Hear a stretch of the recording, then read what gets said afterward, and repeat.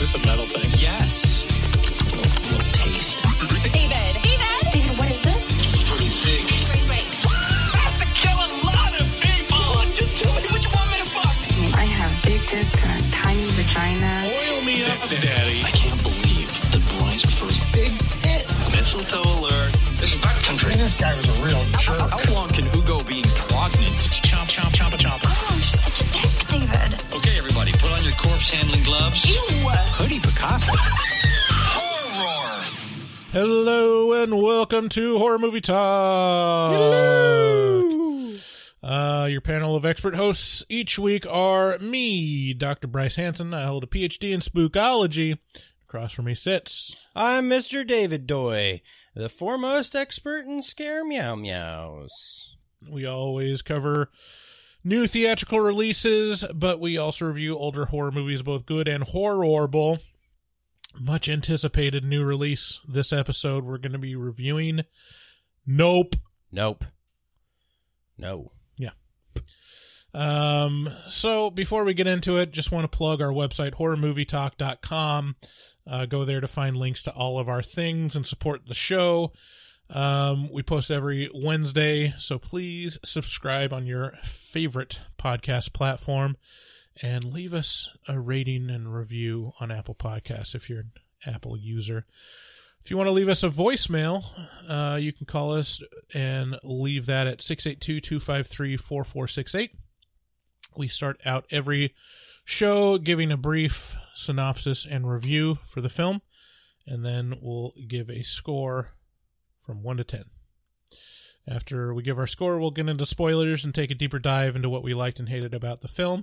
So if you haven't seen Nope yet, you can bounce. You can nope on out. You can nope on out from the episode and come back after you've seen it, so it doesn't get spoiled. Ah, man, I'm so excited to talk about an interesting movie. What are you talking about? The last episode was Kiss of the Vampire. That was a very exciting movie, but we talked about that months ago. We didn't get to talk about that last week. What did we do last week? We didn't do anything last week. No, we recorded one last week. Oh, did we? No. We didn't record anything last week? I don't think so, no. But this week we record Nope, and it has one of my low-key favorite actors in it. Guess which one? Guess. Daniel Kaluuya? No, Keith David. Oh, Keith David, yeah. Ugh, maybe the most handsome black man on the face of the earth. Childs from The Thing.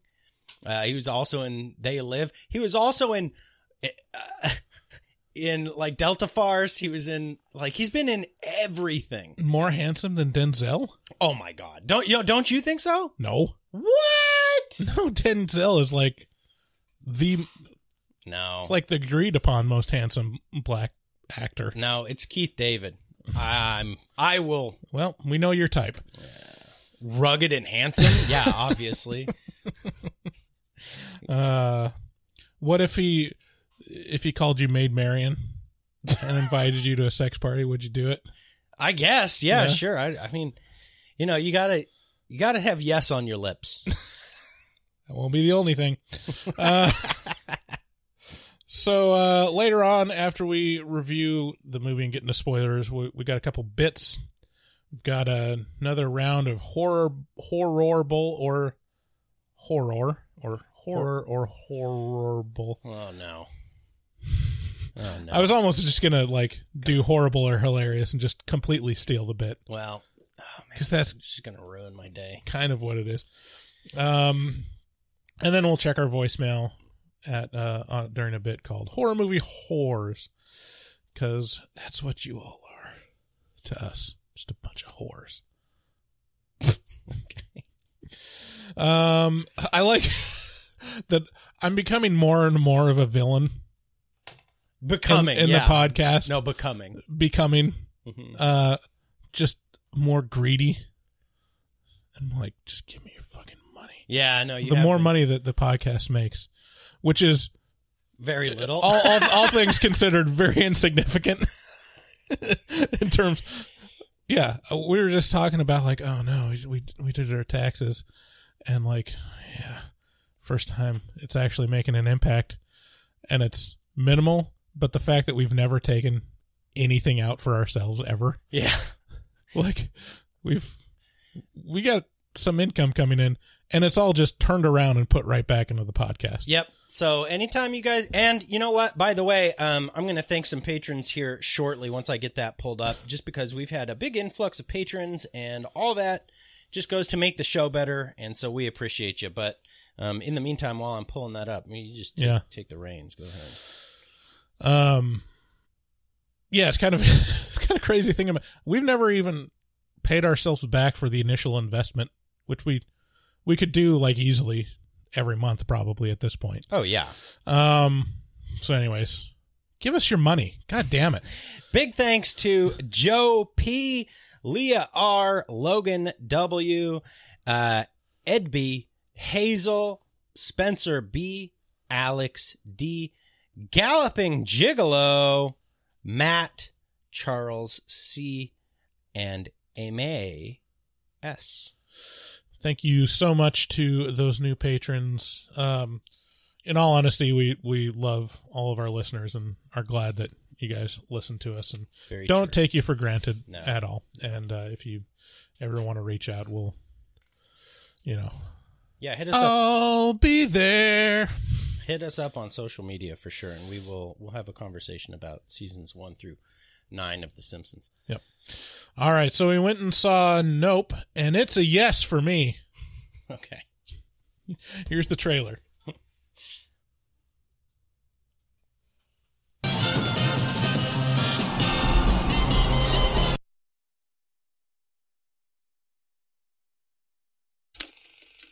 Did you know that the very first assembly of photographs to create a motion picture was a 2-second clip of a black man on a horse?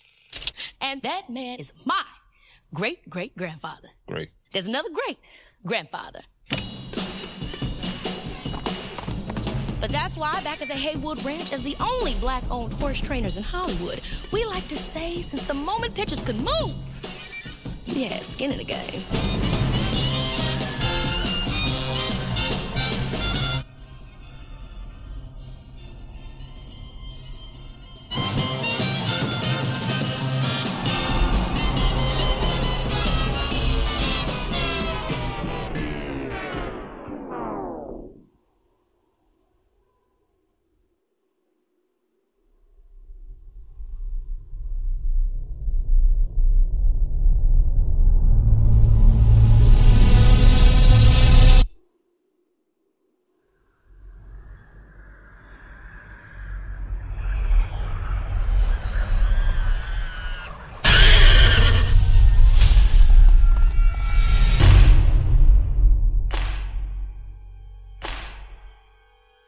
What's a bad miracle?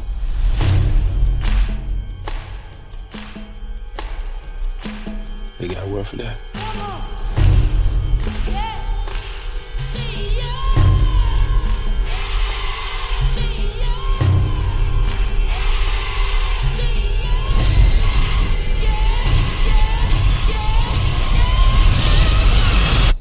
Yeah, nah.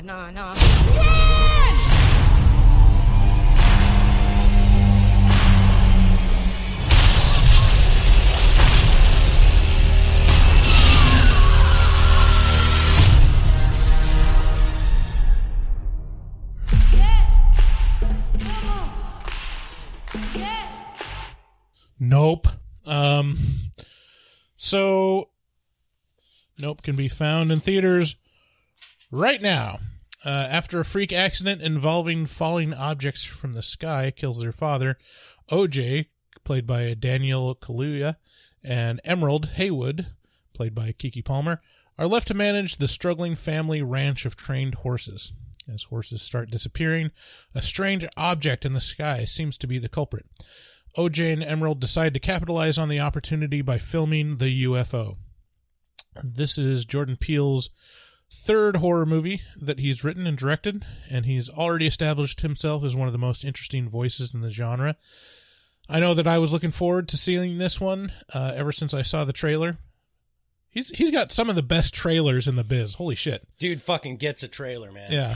I mean, it's the mark of, I mean, not only is it like it sells the excitement for it, but it also, everything pretty much is like representative of what you're going to get from the film. I don't want to be like, I don't want to be like one of these horror gatekeeper-y kind of people or anything like that. But I do take a lot of pride in the fact that I feel like horror movie directors, writers are people who are looking at the medium in a more intense way and understand the ins and outs of every aspect. Like, I mean, Jordan Peele understands every aspect of what works about movies. And that includes making a compelling trailer that doesn't give everything away.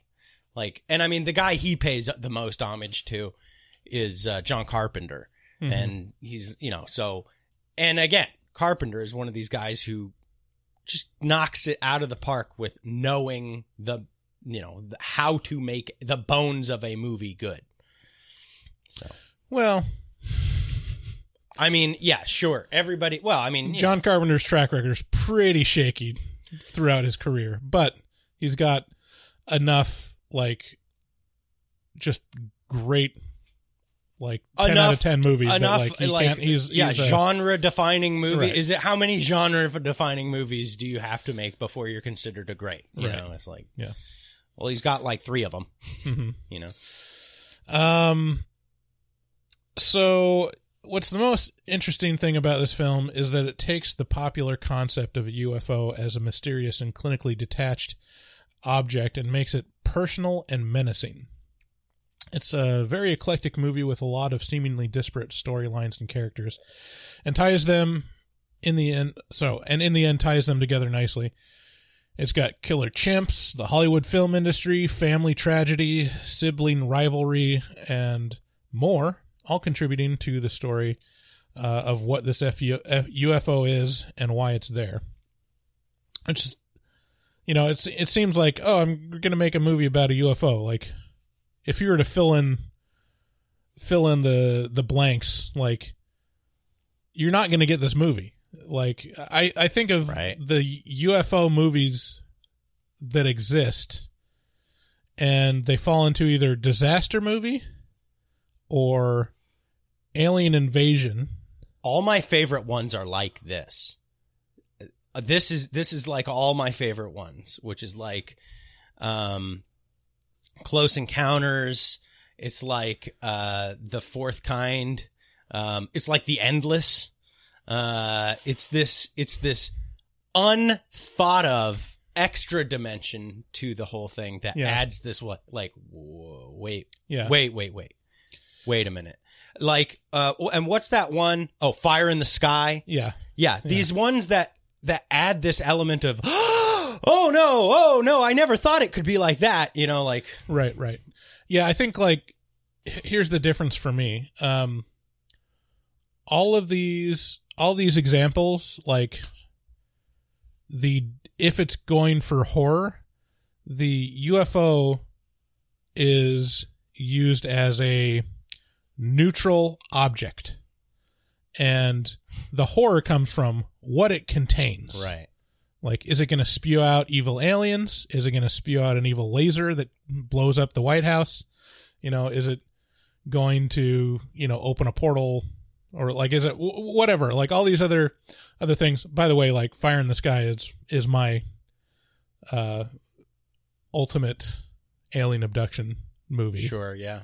The Endless is, I mean, I'm so excited for when we get to The Endless, because it's very much like Nope. I feel like Jordan Peele took some cues from. Interesting. But yeah, it takes that and makes the UFO the source of menace. Right. Like, it makes the UFO itself as the danger, which is interesting to me. Which is like UAP. Yeah, it's got a flying saucer, and you're like, oh shit, not the flying saucer. Like, I don't think that has existed. That feeling has existed since the 50s. Well, people are like, yes, oh, no. since what's the one that freaked everyone out from what's his face? War of the Worlds. Yeah, War of the Worlds. Thank you. Yeah. So At the center of the film is the relationship between OJ and Emerald. It's a mix of button-pushing, comfort, frustration, and love that comes from being siblings. OJ is a stoic introvert driven by duty, and Emerald is an ambitious extrovert looking to make a mark in the world.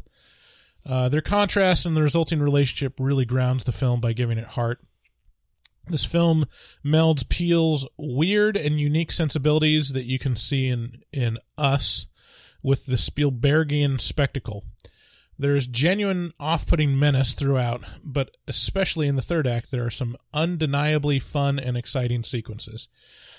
My only gripe with the film is the runtime is a little long and seems to meander a bit in the middle. Some of the story elements, like Steven Yeun's character and the monkey attack, are nice for color, but don't seem to have a really satisfying payoff in the ending. I was hoping that some stuff would be like tied up, kind of tidy, and be like, and I was very. This is all resolved. Well, it felt very resolved. It felt like, to me, it felt like it was there to give you that to be like, you don't fuck with nature. Like, this is like, it was right. No, it's there for a purpose. Like, but in terms of like storytelling, it feels like there was a loose end there. It's hard to put my finger on, but it feels like that wasn't very, like, it was obvious what the tie-in is, but it wasn't as satisfying as I feel it could be. I almost wonder if they might have cut something. I like, it's interesting. So you mentioned the Spielbergian. I felt like this was an homage to so many different things. Like, I feel like Keith David being thrown in there was a clear hearkening to like a nod at not just Keith David, but also John Carpenter, because he's been in like all the big John Carpenter, They Live and The Thing. And then, but this movie felt like Jaws to me. Right. It felt like fucking Jaws. Very much Jaws. And as a result, also Tremors. Like, this movie felt tight. It felt really good. And it had all the same elements to make it a Tremors or a Jaws. Like, I agree. Like, it's right in there with Jaws and Tremors. I'd probably disagree on how tight it was. And I think the reason why it's not as tight for me is just because I got a smaller dick. No, because it's because I think it's a little more ambitious. Like, it throws in more in there. Like, Tremors and Jaws are like, there's so much like only focused Tremors on one thing. Like, Jaws and Tremors were like laser focused on. Yeah, you don't like the side stories. Yeah, these are the monsters. Here's the setup. Here's the payoff. The side stories and like the color was great. I'm not saying I don't like it, but it's not as focused. The problem with the problem that you're describing, I imagine, can be summed up as the flashback sequences feel extraneous when compared to how tight something like Tremors is. Right. The flashbacks are a bridge too far. It feels like, well, why are you taking me on this sideshow? And the sideshow is a little bit of like, is the sideshow to me in Nope feels like it's dialing into the core of what you're afraid of as a child. It's like, okay, like, how'd you get fucked up? Like, and what lessons did you or did you not learn? And is that going to come full circle in your life? And for Steven Yeun, yes. Yeah. So, I mean, I'm not knocking it that much, but like, that's where I think it kind of falls short of being perfect for me. Not that far though. Okay. Like, it's a really fun movie. Overall, it's a genuinely good time and well worth the trip to the theater. Like, here's the thing. It made me smile. Oh yeah. Like, it was a good time. Yeah. In this movie. Yeah. And like, that's enough for me. That's huge. That's a challenge to have like a jaded 40-year-old asshole that's like, yay! Hooray! Here you are, though, sitting here wearing a Jaws shirt. Mm-hmm. Yeah. So, I give it a 9 out of 10. Just barely under a 10 for me. I completely agree with your score, but for a totally different reason. It was delightful. It was fun. It felt great. It felt really tight. And he knew there were some very scary parts, very scary moments in this, along with one or two of the best jump scares I've ever seen. Mm-hmm. But I believe it's PG-13. Does that sound right? Let me back up because I think I'm on They Live now. I think it is PG. No, it's R. Okay, this is my problem with this movie. Is there? It didn't go fire in the sky with it. It did not go there. It went there for a split second, and you were like, oh my gosh! Oh my gosh! Oh no! This is so dreadful and terrifying. What is this? I need it fleshed out a little bit. Mm-hmm. And instead, what he does with it is kind of throws it, to me, it's a little bit of a hands being thrown up in the air kind of thing. It's like, it's, well, the payout in this is just not satisfying to me, like something that would have been horrifically dreadful, like the split second in this movie where you go, oh no. Now, the payout is it works very well for me in another direction, which is delight. Right. But I really wish he'd have gone harder into the real dark territory, because it could have been so. I kind of like that he didn't go super nihilistic and horrendous with it. But on the other end, I'm just left going, I want to know so much more. Can you please just show me a little bit less about the characters and a little bit more about the dread? Like, because if we're going R with it, then, go hard R. Yeah. Yeah, it wouldn't have taken much more. I mean, there's pretty intense scenes in it. Yeah. I just wish it had been more of that, because I know he's capable of it. I'm waiting for that movie where he goes, let's have 5 minutes of Rob Zombie thrown into this. Rob Zombie's The Munsters coming to Netflix this summer. Yeah. You're very, you're not looking forward to that at all. Oh, it looks so bad. That trailer was like, oh no. Oh, no.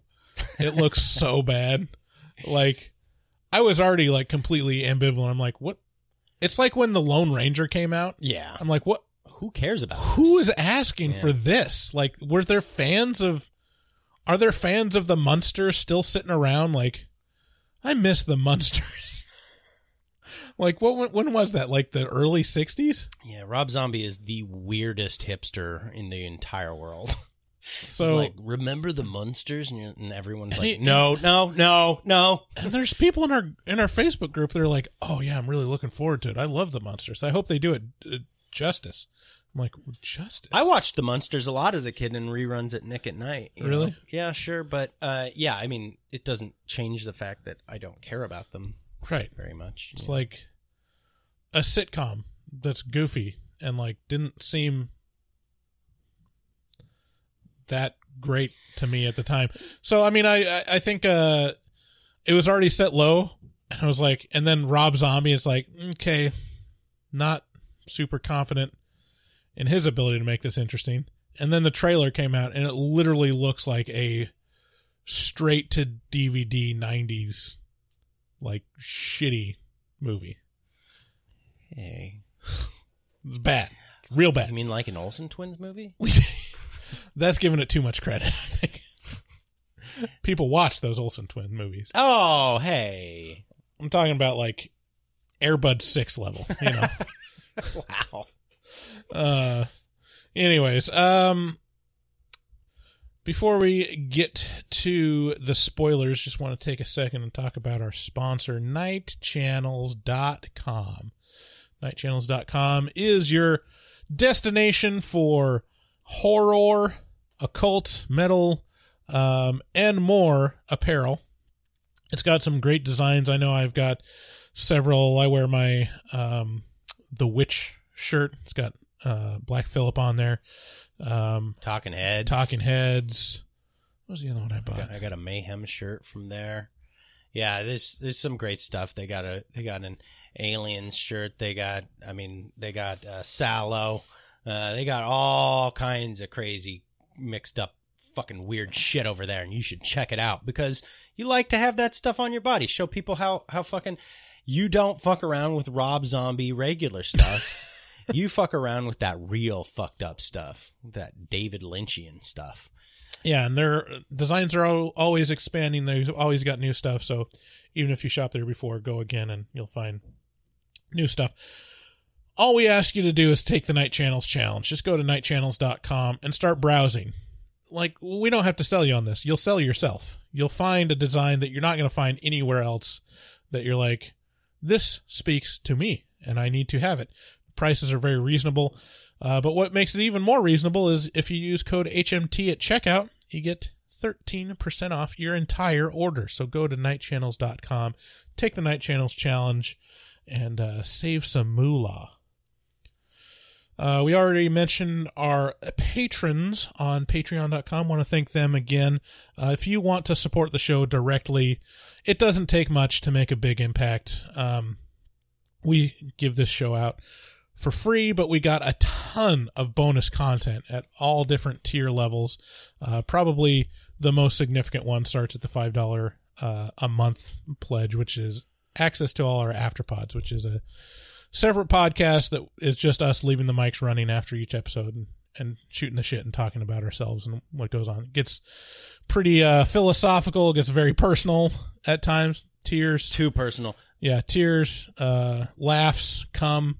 That's all available on patreon.com. So go to patreon.com/horrormovietalk. I'd just like to pony onto this really quick and say, coming soon, Bryce, we've hit our 125 patron goal, yeah, and then breezed past it. And so soon on Patreon exclusively, we will be releasing our commentary track to go with our viewing of Human Centipede 2, Yay. Which is certifiably one of the most fucked up general release movies that's ever been shot. So, head on over to our Patreon and check out all that content and soon to be a commentary track for Human Centipede 2.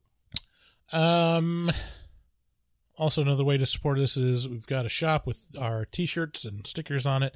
Go to horrormovietalk.com/shop and find that there. We've also got the shop on our Facebook page and group now, so you can browse on Facebook if you want to see what we have. All the designs are done by our resident artist, Dustin Goebel. He's a professional artist who fucks hard. You can find him on Instagram at dgoebel00. That's at DGOEBEL00. Reach out to him and make your artistic dreams come true. If you want to leave us a voicemail, our number again is 682-253-4468. Thanks again. Let's get into spoilers now. Let's do it. Let's see what it is.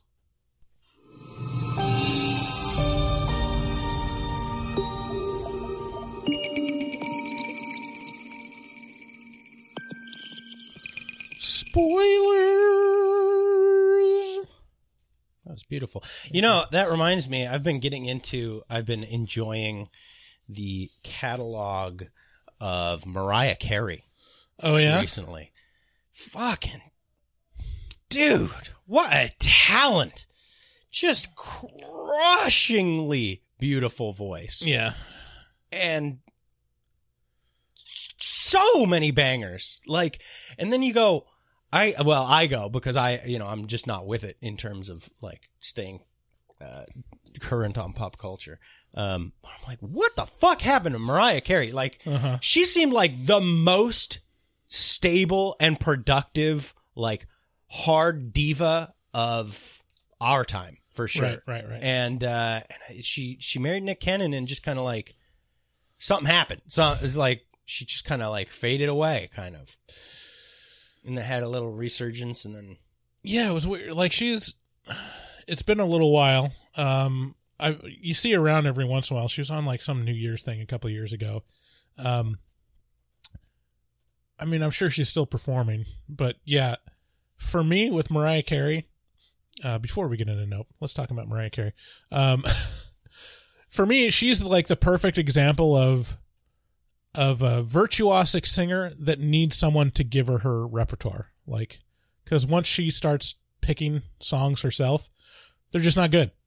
You know? No, it's tell me what you mean. Like, I think her story was, like she had, I don't know if it was Clive Davis or someone that was basically saying, you have to sing these songs. Sing these songs. These are the songs that you need to sing. Right. And her catalog is so ultra massive. Yeah. And so all those songs that you know her for are like when she was basically a puppet of the studio system. Mm-hmm. And then she gains enough power to go off on her own and like, I'm going to do these types of songs now. And it's like, oh, and it's a little bit of like the trajectory of like pop music in general, where it's like, fuck melody. We're going to have one chord and have them basically rap sing over an entire song. Mm-hmm. And that's what music is now. Same thing for me with like Beyonce. It's like, yeah, all those songs that I thought were actually good were like when she was with Destiny's Child, Controlled, and then goes off on her own. It's like, yeah, none of these songs stick with me because they don't have. Well, if you like, you better put a ring on it. Yeah, that's the one, I guess. But that's notable because of like, I don't know. It's good. That one's good. But everyone like talks about Beyonce as like the queen of all music, and I can't tell you anything since that song that she's done that's significant to me. Yeah, but maybe. I don't know. I'm also an old man, and what do I know? But yeah, like that's Mariah Carey is one of those where it's like, oh yeah, you kind of need to be a pawn in the system to really take advantage of the virtuosity of a voice like that. You need a Rick Rubin to tell you what's good. Right. Yeah. Anyways. Because your unfettered talent can take you basically to a very specific moon. Right. Calm down. I was about to sneeze. So the movie starts out with this sitcom setup, and you just kind of see this glimpse of a bloody soundstage with a bloody chimp sitting next to a couch, and you're like, what the fuck? Very intriguing. Yeah, because you're like, oh shit, is that chimp? Is he a alien? Right. But instantly Joe Rogan is on board with this movie. I'm still so interested in that shoe. I know, right? What is going on? Does it symbolize the possibility for the freakish, like the one-off situation where a coin lands on its side and it stays there? You know, does it symbolize the UFO? That this is just a fucking freak thing that just happened? Like, what is this? There's a shoe on this soundstage that total chaos has prevailed for 6 minutes and 13 seconds on this soundstage where this chimp just murdered the set. But there's a single shoe standing on the back of its heel. Vertically. And it stands for something. It's something. It's like the fucking monolith in 2001. Yeah. Almost like a dead ass, like hearkening back to that scene because there's a fucking chimp there. Yeah. It's that is one of the loose ends where I was like, is this alluding to some kind of supernatural force or something related to the UFO, like just the fact that the shoe is standing up? And it might be just what you're talking about, which, I mean, we're not really left with an explanation other than, well, that happened. I feel like I have to view it a few more times and maybe we'll get something. Yeah. Like maybe we'll get there. But I think the main takeaway from it, like you said, is like, you don't fuck with nature, or you just like, animals are animals and they're going to behave like animals no matter how much you think they're trained. You can control them to an extent. Yeah. Yeah. Like Sigmund and Roy. Siegfried and Roy. How dare you? I don't know. Is he dead now? No. Is he the one who was mauled to death? No, they're just mangled. Both of them are alive? Yeah. I think one of them's dead. I thought they're both still alive. I don't think Let's look it up. You know, and I'm assuming Roy was the one that got mangled because if it was Siegfried, they'd just say Siegfried and everyone would understand. But they have to say from Siegfried and Roy. Ah, you know? Gotcha. Yeah, so it starts out with that. It's kind of a non sequitur, and then it goes to... They're both dead. Oh, they're both dead? Yeah, but I think they died not by tiger. Roy died in 2020, and Siegfried died in 2021. Oh. Yeah. Of a broken heart. Of a broken heart. And of massive lacerations. So it cuts to the Haywood Ranch, and we see Keith David, riding or training this horse, and all of a sudden you hear kind of this weird hailstorm, and Keith David is slumped over on the horse, and he's basically killed by whatever fell from the sky. Ended up being a coin. Ended up being a nickel. Yeah. And when OJ goes back to the horse, he sees like a key, like a house key embedded in the horse that he was riding. Yeah. So all of a sudden there's this giant rainstorm of metal objects. So much mystery right off the bat. You're like, what the fuck? This is the fucking perfect way to start a movie. Is you're just so intrigued. You're like, why was the shoe standing up? What did that monkey do? How did the monkey? It's an ape. Let's get it right, Chimp David. It's an ape. It's a chimpanzee. Yeah, but those are apes. And I hate every ape I see, from chimpanzee to chimpanzee. No, you'll never make a monkey out of me. Oh my God, I was wrong. It was Earth all along. You finally made a monkey. Yes, you finally made a monkey. Yes, you finally made a monkey out of me. I love you, Dr. Zaius. That is like 30 seconds of a podcast about Nope. Yes. Well, I love... we've been encouraged. There was someone that reached out on Instagram that was like, I also love The Simpsons seasons 1 through 9. And so now it's top of mind. Like, yes, we will do Simpsons references ad nauseum. Yeah, watch out what you ask for, because you'll get it. Yeah. I love you, Dr. Zaius. Yeah, shout out to Edby. So a lot of mystery, and then we're taken to like a movie set with OJ, just a really unfortunate name. Like at that point, like, would you really still go by OJ? Wouldn't you just be like, I'm Otis Jr.? You wouldn't, but this guy totally would. This character, this OJ, yeah, he doesn't give a shit. Yeah, he'd just be, and that's what I like about this movie. It's what works so well about this movie is they're all such strong characters. Yes. It's what makes it Jaws. It's what makes it Tremors. It's what he was going for. It's like, no, these are people. They're people. Right. And that's what's great about it.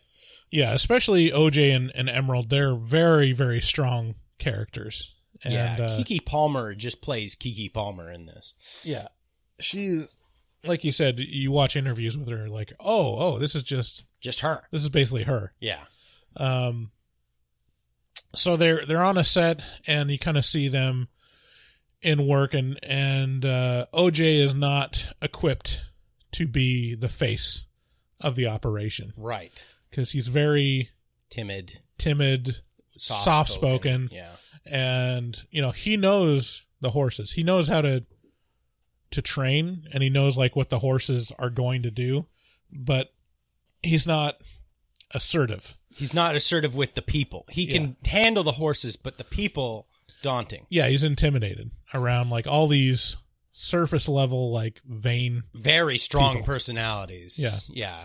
And so he's like trying to give the spiel, and no one's listening to him, and like, Yeah, because he's on a movie set and he's trying to give this safety talk for how to be around a horse, and everyone's just carte blanche ignoring him. and it's a great display of like, yeah, these people have no respect for this, because it's like, it's just setting. It's just like window dressing the horse, and the people that manage them are like unimportant. You're like, Right. They're not the stars. The horse is the star, and the horse is just, it's accoutrement. Yeah, it's like turn around the horse. It's a horse. Just do the thing. Yeah. And he's like thinking of like, oh, it's getting tired. We need a little bit of a break. They're like, no, just turn them around. We'll get going. Yeah. And trying to get people to not stand behind the horse, which is like, I feel like even if you're like a run of the mill moron, you're gonna know don't stand behind a horse. Don't. There were so many like horses are one of the scariest things to me. I don't. It's not like when I walk up to a horse, I'm like, but I have what it is I have total respect for the amount of insane power and chaos that a horse can produce, because I've seen it firsthand a lot. My mom was a horse person, growing up, like as a kid, she had a horse and yada, yada. So she wanted me to be a horse person too. So when I was like 5, I got horse riding lessons, and there's this fucking perfect, this is a whole fucking story we can go into on the afterpod. I can't wait. I rode a horse that got struck by lightning 2 days prior at 5 years old. And the thing fucking went into a frenzy because of a hose. And I'm just little tiny David just on the back of this thing that's flying around. And I'm like, I'm going to die. And then, it's a lot. Like, horses are powerful in every way. This was one of those things that came as a shock to me, and I don't think we've talked about it on the podcast, but we were talking on the phone once, and I can't remember the circumstance, but you revealed your intense fear of horses, of like this latent fear of like, I don't like anything about them. A horse can fuck you right up. Like, it is danger. Yeah, they personified. You could be around a horse and then just be dead. Man, I can't. I wish I could remember the circumstances of the talk. Maybe we were talking about horse girls or something. Do you remember? I remember, yes, vaguely, but I don't remember what it was. I mean, dude, I was so amused by it because it's as, for me, I imagine this is what it feels like for you when I talk about sinkholes. You're like, what? Yeah. That's not even a thing. Yeah, kind of. It's a very specific fear, but right. I mean, for me, it's, I don't know. Like, I don't like anything about them either. Like, their teeth are terrifying. They have people teeth. They have a big head full of people teeth. And they use them a lot, like to bite things. Like, I don't like that. They could just bite your finger off, no problem. But those back legs, if you walk behind a horse wrong, your life could just be done. Right. Because all it takes is a half inch of that hoof to clip you in the head, and you're dead. Right. You're just fucking totally dead. Yeah. So, or tell me about their eyes. Oh, they got them dark eyes. Those black eyes. Doll's eyes. Lifeless eyes, like doll's eyes. Something.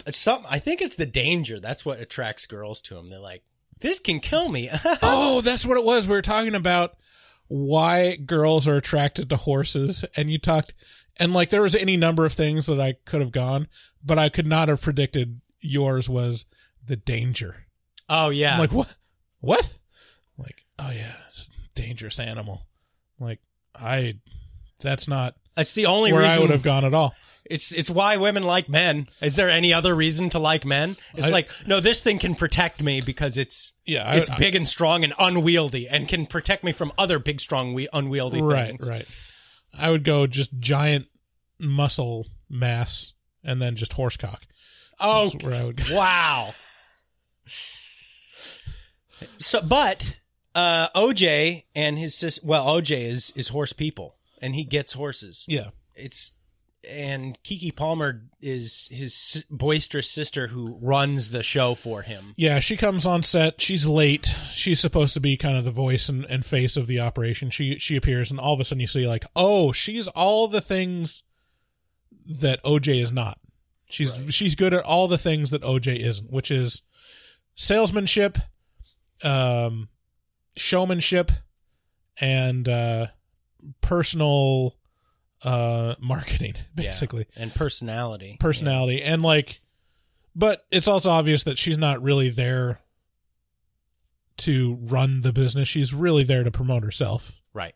First and foremost, because she's like doing plugs for like, I can sing and act and I'm a seamstress. I'm a seamstress. Yeah. So it's like, okay. And, they get promptly fired after the horse gets spooked.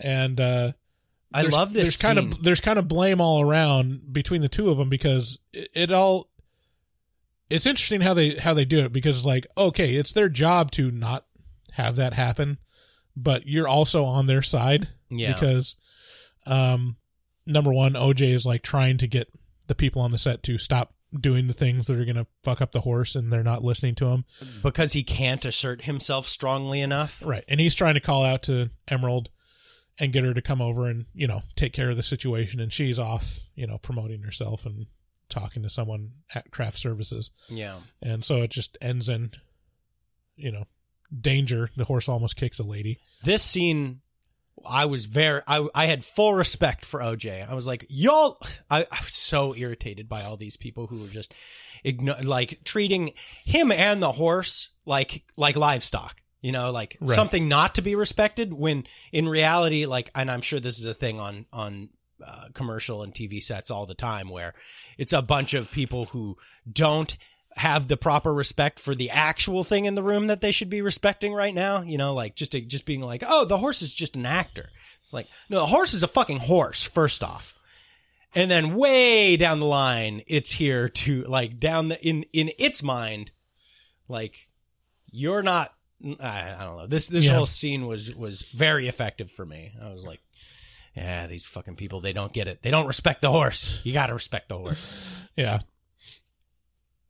Another Simpsons reference I was trying to work in was like, oh yeah, horses don't look like horses on camera. Or cows don't look like cows on camera. What is a cow when you see it on TV? No, usually a bunch of cats taped together. Because they're painting horses to look like cows. I'm like, why are you painting these horses? Oh, cows don't look like cows on film. It's like, what do you do if you need a horse? I'll tape a bunch of cats together. Tape a bunch of cats together. So yeah, no, OJ can't get no respect at all. They're kicked off, and that kind of establishes the relationship between OJ and Emerald. Emerald is flighty and she's not invested in the family business, and OJ is. There's a legacy behind it. It talks about that in the trailer, how they're like the very first kind of horse trainers in the industry, their family. And they have this ranch, but it's struggling and they keep having to sell off horses because I don't know if you've noticed, but horses are not a huge part of the film industry as much anymore. Like if you look at what it would have been like in the 60s, unending supply or like a demand for trained horses. Yeah. And that changed. There's not a lot of westerns in the 2000s and 2010s or 20s. And the situations under which you would need a horse, probably about 50% of the time, can be accomplished with CGI now. Right. You know, so even less demand. I love it when they leave the set, you see like them carting in like a kind of like a green screen framework horse. Oh no. Like, we'll just get special effects to fill it in. Wow. Yeah. So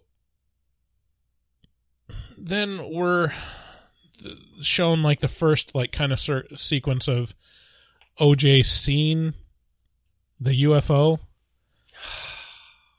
This is so effective. Yeah. Everything around this UFO is just like magic.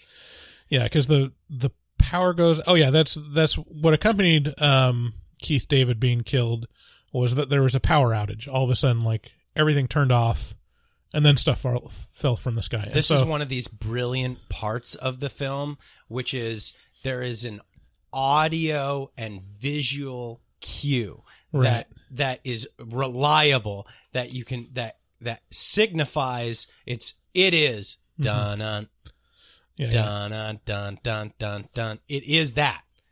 It tells you that the shark is near. Yeah. So the power starts going out, and there's a horse running away, getting spooked. I think it's actually the same horse that Keith David was riding on. Yeah, I think so. And Ghost. OJ is trying to go after it, and then all of a sudden, like, this tornado sucks it into the air. Tornado. And our accents are flawless. Yeah. And then OJ just sees, like, kind of a vague UFO shape kind of flying through the clouds. But more than that, the screams of this horse are echoing through the gulch. Right. It's like, and you're like, what the shit is this?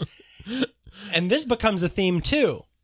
Like, whatever this thing is torturing whatever it pulls up into it. Yeah, it feels kind of reminiscent of Annihilation, that movie. Oh yeah, with the bear scene. Yeah. So that's the first showing of it, and again, this is like where it mirrors Jaws, where it does not show anything. Like it's a presence, and it's mysterious and kind of scary. Like you don't know what to make of it. Right.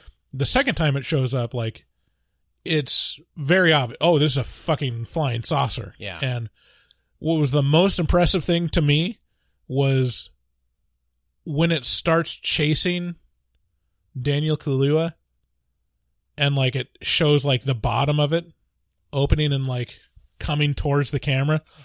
That is one of the most menacing and visceral scenes that I've seen in a long time. Like, it's very vaginal. The dread.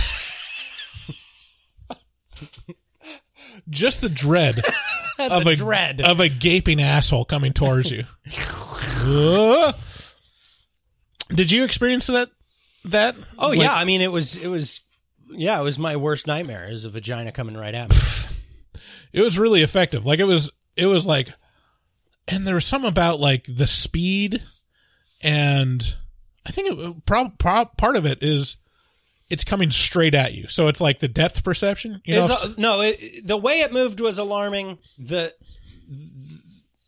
was all just sudden and whoa, is a lot to take in. You know, with a shark, you have an innate feeling, right? You're like, oh, that's dangerous. I know what that is. It's in the water. I don't know what's down there. Like, it's all these feelings all kind of wrapped into one. And with this, it's that he produces that same effect somehow. There's this, I'm just reminded now, like movement. You know, there's the stories of like the first, like some of the first film was of this train approaching the station. And when people saw it the first time, they were terrified because it looked like the train was coming at them. Oh. And they're like, oh, fuck. Get out of the way. And it's like, and I think this moment where the UFO is coming straight at the camera is like that's exactly what that is. It's that feeling of like, oh, Yeah. like just a visceral response to something growing larger in your vision. It's not a good thing. Yeah. If it's a very large thing, you know, it's different if like it's coming from the side, but coming directly at you is Yeah. It's disturbing. upsetting. Yeah. Yeah. So they figure out, like, and he tells Emerald that, you know, he saw something, and she's immediately on board with like, oh, this is the answer to our problems, because we're shown that they're struggling, and because they got fired off that set, they had to sell more horses, and who they sell it to is this theme park that's close by, just down the gulch from them. I didn't catch the name of the theme park. Did you? No, I can't recall. But the theme park is run by a character played by Steven Yeun, and he's actually one of the child actors on that sitcom that we're shown with the chimpanzee running amok, and he had his own little shrine to it in his office. But they have to sell that park a bunch of horses, and there's a lot made of like OJ feels very responsible for this ranch, and he wants to be able to buy him back, and like he's committed to continuing on the family tradition kind of thing. But they've had to resort to selling horses. Same kind of story with like family ranchers or family farmers, where it's like the story now for the past like probably 100 years is this does not work financially, and we have to sell off part of our livelihood to continue having a livelihood. So either selling off your horses or selling off land, and eventually it atrophies to a point where like this just doesn't make sense as an ongoing concern. Yeah. So that's what's going on there. So they're trying to, in the back of your mind is like, this is a failing business. They're trying to save it. They need to buy back those horses.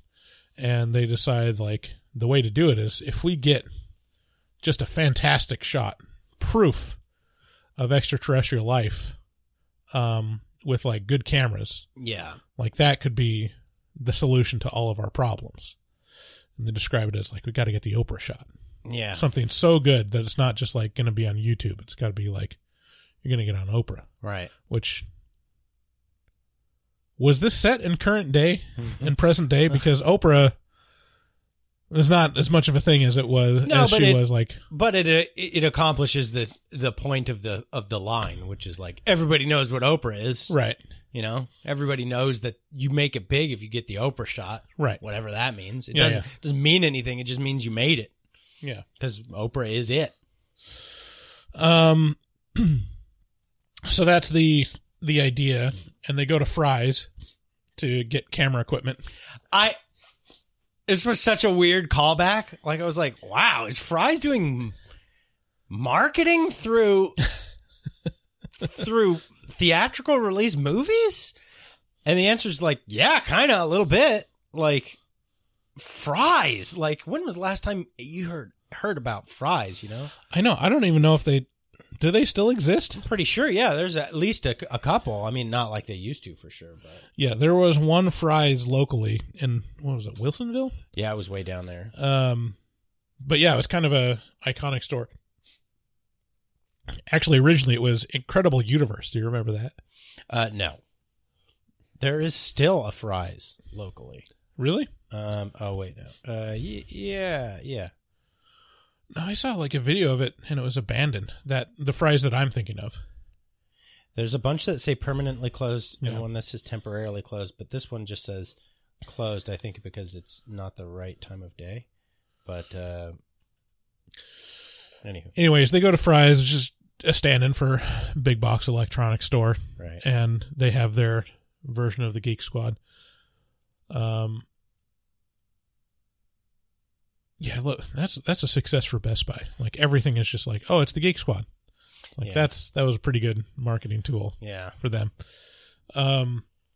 So they get a guy, and there's this his name's Angel at Fry's, and he comes to set up cameras and stuff, and he's like kind of the character is kind of set up as like the generic nerdy IT schlub Right. guy, but not cast to type, in my opinion. Like I would have expected like a much more schlubby, kind of acne pocked guy, but maybe I'm just not. Yeah. Maybe my eyes are dimmed. Okay, with boomer. prejudice. He's I like him in this. He's like, the one thing about this movie is it is well cast. Mm-hmm. And he's not in much else. Like, this is really his kind of first thing ever, really. So in terms of he was in, oh no, that's not entirely true, but it's his first big thing for sure. I think out of all the cast, I think he was the one that was the weakest for me. I was like, I feel like they could have got a guy to sell that part a little better. I liked him. But it would have been a little more stereotypical if they had gone like the, who would have been the guy that I would have thought? Oh, what's his name? The guy that voices Olaf in Frozen. Oh, yeah. Gad. What's his name? Something Gad. He has a beautiful voice. You know who you're... Josh Gad. That's who I'm thinking of. Okay. Well, you know who you're really thinking of is... What is his name? Josh Gad. From Freaks and Geeks. Who was also in Party Down. A lot of people from Party Down were in Freaks and Geeks. Mm-hmm. Anyway, go on. So Martin Starr. Oh, Martin Starr. Yeah, he would have been good. Yeah. Yeah. Bill Haverchuck in Freaks and Geeks. And in Silicon Valley. Silicon Valley, yeah. What was his name? Guilfoyle. Guilfoyle. He'd have been a good get for that. Yeah. So the guy from Fry sits at the camera, and he's also instantly invested because he's kind of like a UFO guy. Mm-hmm. He's like, oh, you're looking for UAPs. Why they change it to UAPs? Because they don't want you to be able to remember what it is. Yeah. So they set up the cameras, and the first time that they try to get the shot, it's covered by a praying mantis, just like completely useless. I love this This is such a weird through line. These are things you don't mess with nature, and somehow nature is like messing with you. Messing with you. I love it. Yeah.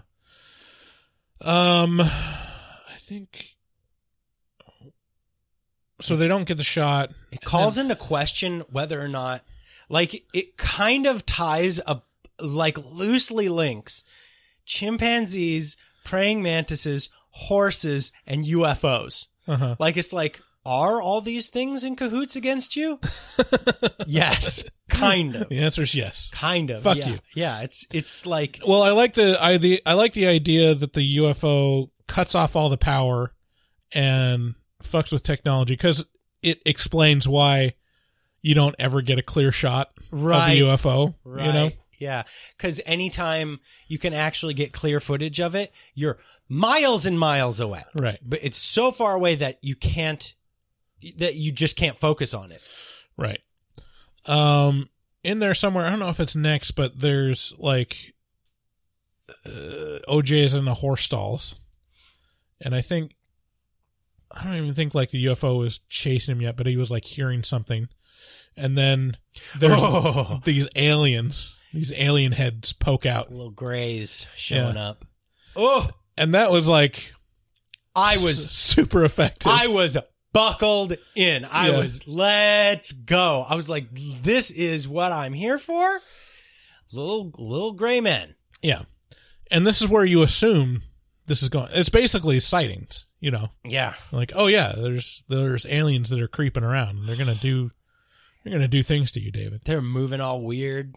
Yeah. Fucking super weird. And like looking around corners so slowly. Yeah. That slow peek around the corner. I was like, oh no. I was just, it was so perfect. Like, this was so perfect.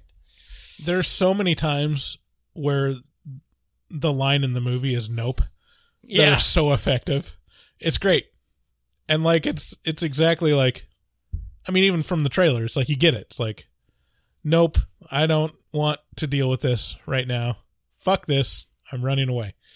This is one of those circumstances where he sees the aliens like poking through and he's like filming it. He's like, I can't. Nope. I can't do this. And then it's revealed almost immediately that it's just kids in costumes. Yeah. Fucking with them. And it's never really explained. Like, well, I mean, it's not explained till later. Like, why would they have alien costumes and come to his stall? Yeah, something having to do with the theme park up the road. Right. But I wasn't sure exactly what. So this is interesting because we're only given the world of like OJ's eyes, really. Right. And like, they're all like, holy shit, we're the only ones that know about this fucking UFO. Yeah. And they're like, we can capitalize on this. Like, we can serve this to our advantage. And then suddenly it's revealed, like, no, you're not the only ones that know. The Steven Yeun's character knows, and he's much better at capitalizing on it than you are. Yeah. And he's going to fuck your shit up because he's going to create an entire show out of it. And we're showing him, like, launching this new family show, which is all around this UFO. And, like, he's got, like, like a bedazzled cowboy shirt with a UFO on the back of it. And he's like, oh, he knows what's going on, and he's going to make this like the destination to see UFOs because you can basically set a watch to when this thing is going to come out. Yeah. And that's where like the kids in the alien costumes came from because they're a part of the show. And that's where it's revealed that the aliens are not, or the UFO is not to be fucked with. Yeah. Because that's when it's revealed this alien is not abducting people or horses to do experiments on them like you would assume. Right. The UFO is the alien. Right. And it's consuming everything it's sucking up. Yeah. And it sucks up this, semi-populated stadium of people. And you're shown this moment. What happens? This moment is this is the hit piece of the whole movie. Like this is what I needed so much more of. I needed to, and now that I understand the beast a little better, I kind of understand that there's not a lot more to do with it. Yeah. Because of just the very nature of the thing, but it sucks up like 50 people into itself, and just the nature of this thing is it squeezes them all to death to eat them. Yeah, it shows the interior of it, and it just looks like it's like a balloon fetishist wet dream. You know what it really reminded me of was the end of Akira when Tetsuo turns into that blobby thing and sucks in Kaneda.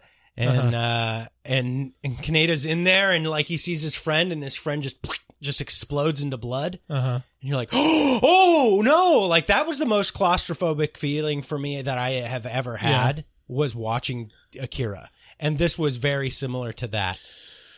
Yeah, it's like being trapped inside a bunch of giant latex half-inflated balloons, but being smothered by them. And all these people and all the things on them, like their necklaces, their change, like everything is just like, it's being pushed together. Like, yeah. So all of a sudden it's like, oh, this is, not only does it seem menacing, but it's like, yeah, it is dangerous because it's going to eat you. Super vaginal.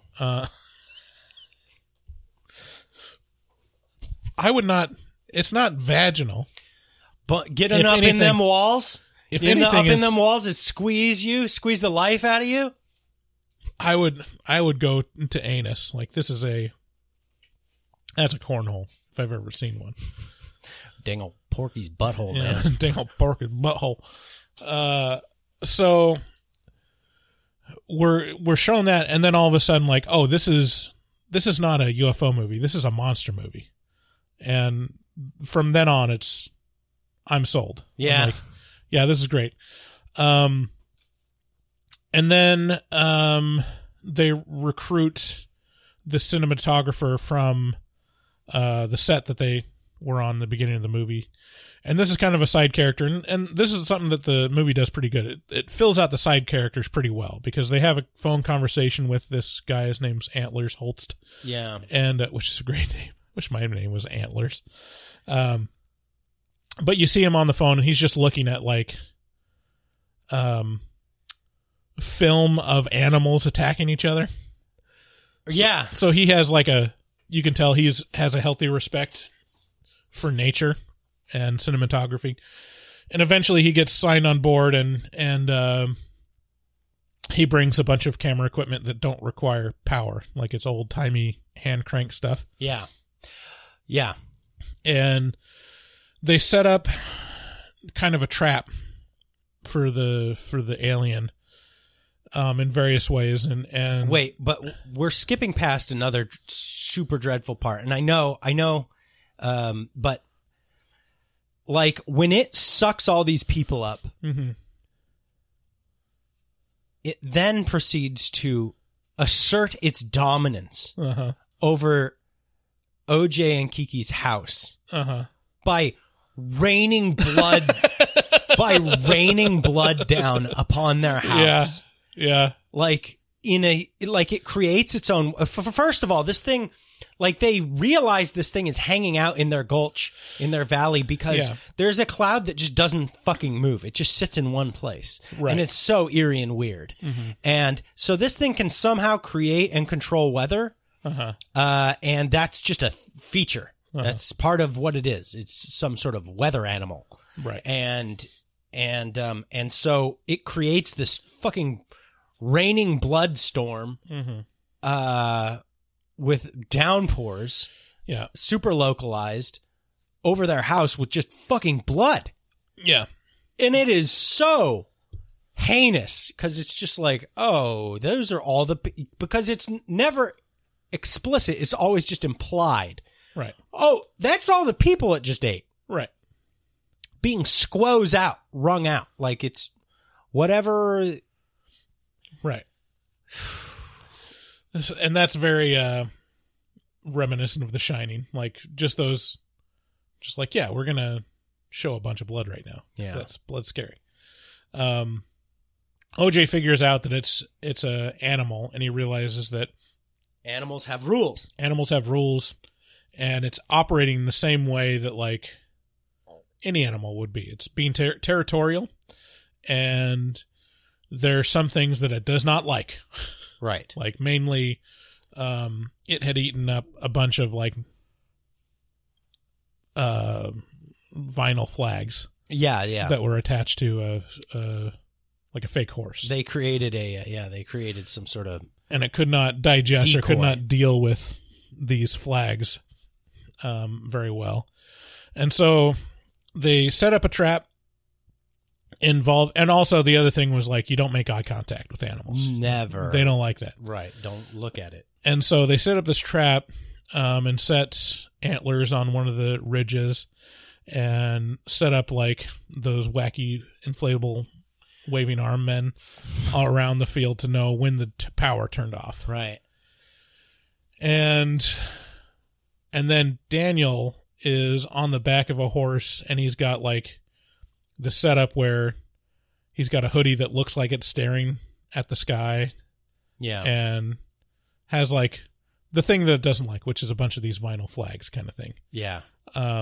As a deterrent. So he's being like the trainer. He's like, no, I'm going to use the thing that it doesn't like to train it to not liking to eat me, basically. You know, you use like the understanding of the animal to train it to behave.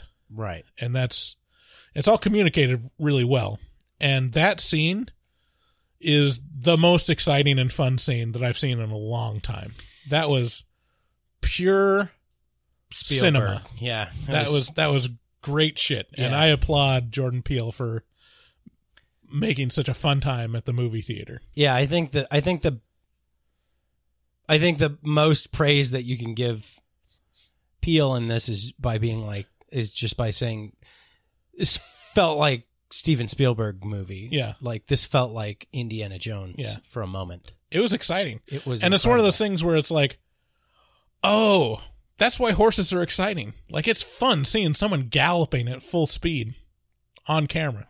It's just cool. Yeah, it is. And so that was fun. It does not go according to plan, and nothing is really made of it. But like, if your eyes are peeled, you understand what's going on, which is, all the film that Antlers took is immediately ruined because it's like the alien sucks up their hut, and then the film that they caught was just like open to the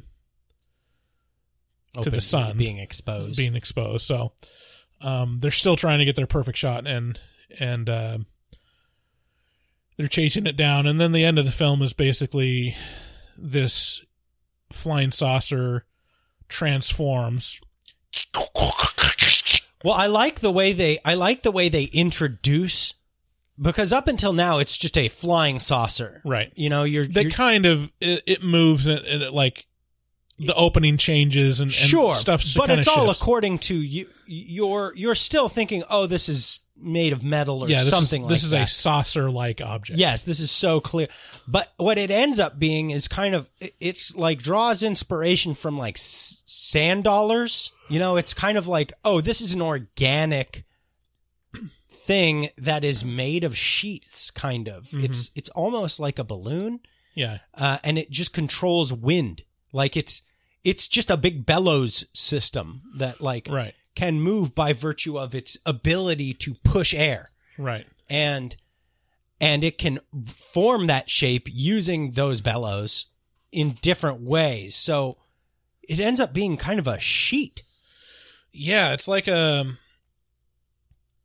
But Yeah, the way that it's it just- introduces these ripples, like you just get, like every part of this movie is very intentional because it gives you a little bit more all the time. And you're like, Yeah. wait, did I see it ripple? Like, was that, it looked like a bed sheet there for a minute. Yeah, I can't remember what it eats. It eats something and then just like kind of really deforms. Like all of a sudden it's not this smooth object. It's like this really wrinkly, Yeah. kind of like deflating thing. And then it converts into its final form. And it's hard to explain. But yeah, it looks like these giant sheet wings and this kind of like other dimensional animal that has kind of like this center eye that's it's like a starfish kind Yeah. of like the thing that eats is also the thing that sees, you know. Right. It's like each the eyes of it are in the inside, like just in the mouth. yeah, the design of it is just so cool. It's like, yeah, it's a cool like otherworldly thing that you haven't seen before that you're like, well, I don't know how this thing operates at all. Yeah. It's not a, small gray man. It's like, well, yeah, you just look at that and you're like, yeah, it's like us. I wish all these parts had been treated with more terror. Like it ends up being pretty light towards the end. And I wanted it to be a lot more oppressive and scary. I think they kind of exhausted that because there wasn't much to eat anymore. It ended up basically just being OJ and Emerald at the end, right? I can't remember if it ate Angel or not. Yeah, I don't recall either. Definitely ate Antlers. Yeah.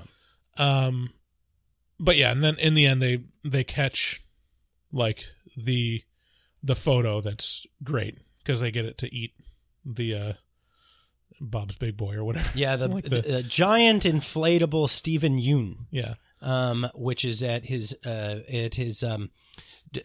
do you call it? Theme park. Kiki Palmer releases this gigantic balloon of Stephen Yoon up into the sky. Yeah. So, and it inhales this balloon. And then it does what it does to eat. It squeezes it. Yeah. Until it pops. Mm-hmm. But there's so much air pressure in this balloon that it ends up just popping it. Yeah, it's not really clear. I don't think we're ever shown it like descending. It just explodes. It's just like, puh! It explodes, but I feel like you see it kind of like flying off into the clouds. The way a sheet would. you know? I don't see. I feel like it's left open. Like, did they kill it or not? I felt like they had certainly killed it. I felt like that was such an interesting, crazy, cool take of like, oh, this is the Jaws moment where he shoots it with the rifle. You know, Yeah. he shoots the tank with And the rifle and it explodes the face. explodes and And then in Jaws 3D, it comes back. the revenge. Yeah. So I think it kind of leaves it open for a sequel. It could come back. I don't think that's Peele's style, but I could be wrong. You never know. He seems to have transformed from a fun, goofy actor into a serious, brooding director. I mean, there's goofiness to his movies Yeah. too. Though. That's what my favorite thing about it is that there's an underlying like really big vein of comedy throughout Yeah. all of these things, Yeah. and it's like it's very smart It's very smart. and it's subtle. I'm very glad he's maturing in this way. Yeah. Like it's wonderful. Yeah. It's just I guess what I'm trying to say is you have this picture of who a person is because of the work that they've done. And that work that he's done where he's been a spectacle is his acting. And Right. so you go, oh, that's the Jordan Peele I know as Right, the actor, but him as a director is, you know, you don't get to see him being that guy anymore. Right. So it's just his work. Yeah. I love his work, Yeah, but in my mind, there's almost two different people of him. yeah. So it's great. I mean, definitely looking forward to his next thing. Like, Oh yeah. he's probably the most exciting writer-director, like, that's got a huge career in front of him. Yeah. I mean, him and Eggers and Astor, like they're leading the pack for new, interesting horror like that. Those are some names that I would love to be, you know, I think any aspiring horror creator would be like Yeah. fucking jazzed to have your name with each other, you know? And just for the record, Jordan Peele, if you're listening, we love to interview you. Oh my God. Or dude. Ari Aster or Robert Eggers. Like, open invitation. Yeah, no, yeah. And if you're cousins with them, let them know. Yeah, well, you know, the thing about that is we're not worthy. We're not worthy. Yeah. Yeah, but Never know, Dave. You got to put it out there. oh, okay. Well, you know, still. We're not worthy. We're not worthy. We're not worthy. We're scum. We suck. What is next? Is it horrors or is it? Yeah. So I think we're done talking about the movie, I guess. It's great. Oh, Everyone should see it. I think it's a great date movie too. Like, it's R, and it is scary, but I think this is highly accessible to anyone. This is a general audience's like. This is. I think putting it in. I think Jaws is a fabulous. Right. It Well, is- ironically, they're advertising Jaws as, well, at least in I went to the IMAX version, and they're advertising okay, this like had to get that in there. this 40th anniversary or whatever showing of Jaws on IMAX. Oh yeah, yeah, they were. Anyways, yeah, very lot of like great influences. Like, you can tell. Like, Oh, yeah. lots of homages to Carpenter, Spielberg, Yeah, Kubrick. Like, that's the thing. Like, Jordan Peele loves movies. Yeah. Like, that's very apparent. Like, he gets it. yeah. That Gulch, and you know, a key feature of a lot of those movies is like they have their iconic. The thing that you think of when you think of Yeah. Jaws, you know, you think of Dreyfus chumming the water and then looking Yeah. up suddenly, you know, you think and this has those moments in it that I will perpetuate like that. I will never forget that moment where they see the cloud and they do the fast forward on the footage of Right. the cloud and it just sits there. I was like, oh, Yeah. you know, you're like, oh, that's one of those moments. This Yeah. is a iconic moment in cinema. You Period. know, also comparable is M. Night Shyamalan. Like, I know that. he is very It's like Jordan Peele cracked the code. He's like a much better M. Night Shyamalan. No, he's not. I will disagree with that every time. This thing, Shyamalan is and was and always has been fucking fabulous. Fabulous. We just watched The Happening, so it's not always. Oh, you can't have one bad movie in a vast array of great movies? You're being pretty generous. It's not a vast array of great movies. How many people have 4 spectacular movies? How many people have 5? Well, I'll tell you one, Shyamalan. Okay, well, agree to disagree. Dude, you got Sixth Sense, you got Unbreakable, you got The Village, you got Signs, you have The Visitor, whichever it was. I mean, it's not like Old was fabulous or anything, but it was a really fun movie. Yeah. You have one bad one, and then Bryce is like, "Oh, it erases it all. I'm just a general audience." That's my impression of you. He had some great movies, and then proceeded to have not so great movies. Which ones are not so great? Old, The Happening. Old, you gave 7. You gave that a 7. Are you contradicting yourself now? I don't think I gave that a 7. Well, you gave that a 7. No, we all did. We'll go back to the tapes. I thought I gave that like a 4. Anyways, we'll have to go back. We'll never know. But yeah, definitely stealing some Shyamalan moves from Signs on this one, especially like the video playback stuff. Anyways, yeah, go see it. Tell them the Horror Movie Talk sent you. So they're gonna care. Yeah, let's move on to horror or horrible. Okay. Oh God, this is also the bit known as ruin David's mood. Ew. David's too happy is what David. this comes down to, and I have to Ew, David. ruin his mood. So in this one, I'm going to give you a special feature, David. In this one, okay. I'm going to preface it. Oh no! I'm going to preface it and say, oh no!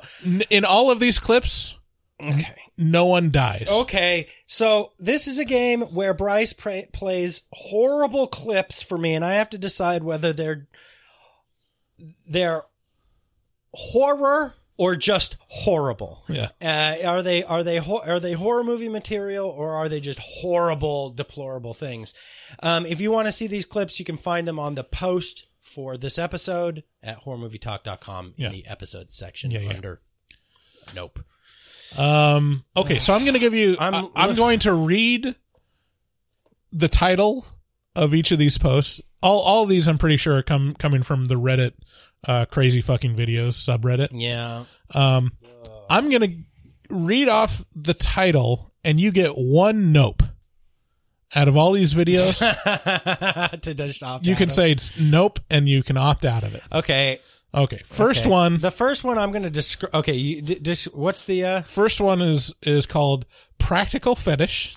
Okay, I'm looking at a woman, I think, but it's hard to tell because she's completely wrapped in cellophane and in a dry suit, with only her eyes open in a tube. She's in a tube that's roughly the size of her body, and it looks like poop or some sort of vile liquid is being poured into the tube with her. Uh-huh. Right. So you want to...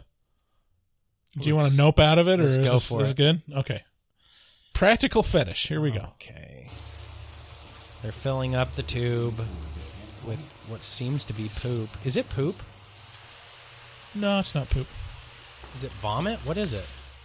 I'm not sure what it is, but I think it's like kind of a... Now they put a cap on it, so just her head is sticking out? Oh, they're cementing her in? Mm-hmm. What if she can't breathe? I think it might be silicon or something. So... Oh my fucking God. So she's cemented into this roller fucking God. With just her head with like a latex mask. It must be so hard to breathe. Covering everything but her nose. and then her like Tootsie sticking out. Oh the end. my God! They're putting her as a roller on the back of a tractor. And you just see her head rotating, and on the other end is her high heel shoes.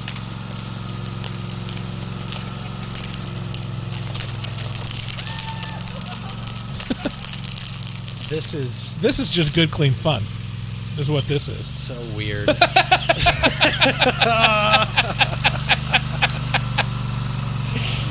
Should go real fast. Wow, she's spinning very quickly. Okay. That was the weirdest thing I think I've maybe ever seen. It didn't make me feel good, but I didn't feel bad, terribly bad. I mean, I hope she had a good time. Yeah, She's just I'm sure. sloshing around in there with just excitement. That's one of those fetish videos where like, who is benefiting from this? Her. Like, is she getting hot from this, or is this all him? If she's not getting hot, then she loves him a lot. Right. Okay, next video title is That's a Sharp Knife. Okay, and oh, nope. No.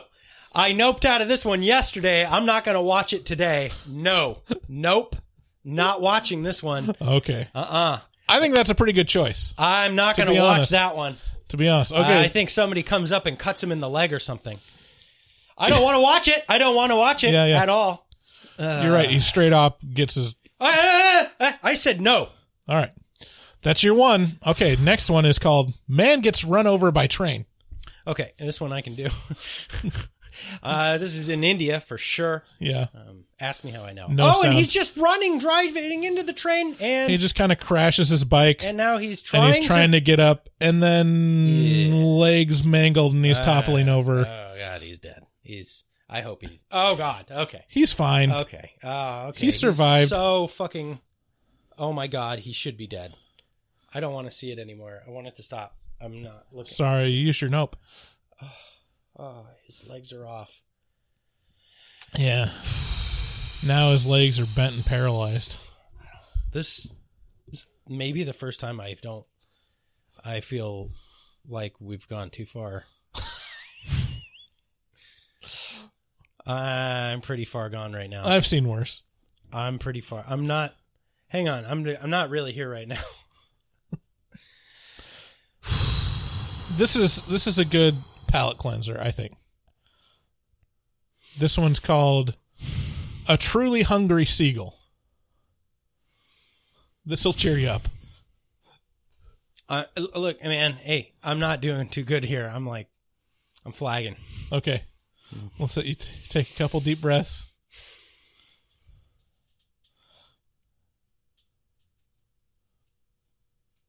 I can't do more of those. I don't think there's any more of those. I can't do anything to that degree. I don't like that. Okay. I'm not going to be here. Okay. I think we're done with mangled limbs. Here's A Truly Hungry Seagull. Ugh. The fuck? No fucking way. Seagulls can eat a lot. What the fuck? The seagull is like full on eating Holy fuck. A rabbit or a squirrel or like an something. entire What the rabbit. fuck is going on? Look at that fucking what? Jesus fuck. Go on, son. Do the whole thing. Go on. Get in there. Get in. It straight up looks like Big Chungus now. Oh, He does look what like Big the Chungus. fuck? What the fuck? Jesus fuck, what? Dude, that Go on, seagull son. just ate Whole its thing. entire weight Get in him on. rabbit. In Get in like there. 30 Go on. seconds. Yeah. And it's Go all on, just son. in its gullet still right now. You fucking fat fuck. Get in there. Go on. Oh my fucking what? Jesus fuck. Look at a smile on that face. What the Jesus fuck. That's great commentary. That seagull ate a whole lot. Oh, damn, dude. This one is good. Oof. Someone thing's- deploys an excavator for rock splitting right at the rough edge of a 200-foot cliff. So I'm looking at an excavator that's really, really, really actually sitting on a 200-foot cliff. Yeah, right on the edge of it. And there's a guy standing next to it. Here, is that what that is? Yeah. Wow, this is a very steep terrain. Probably India as well. I'm gonna play it, and then I'm gonna give you some good news. It's gonna go tap tap tap tap tap tap tap. It's going some Chinese writing just to give you a sense of work safety. Kind of going over a little Creeping lip. its way along the cliff.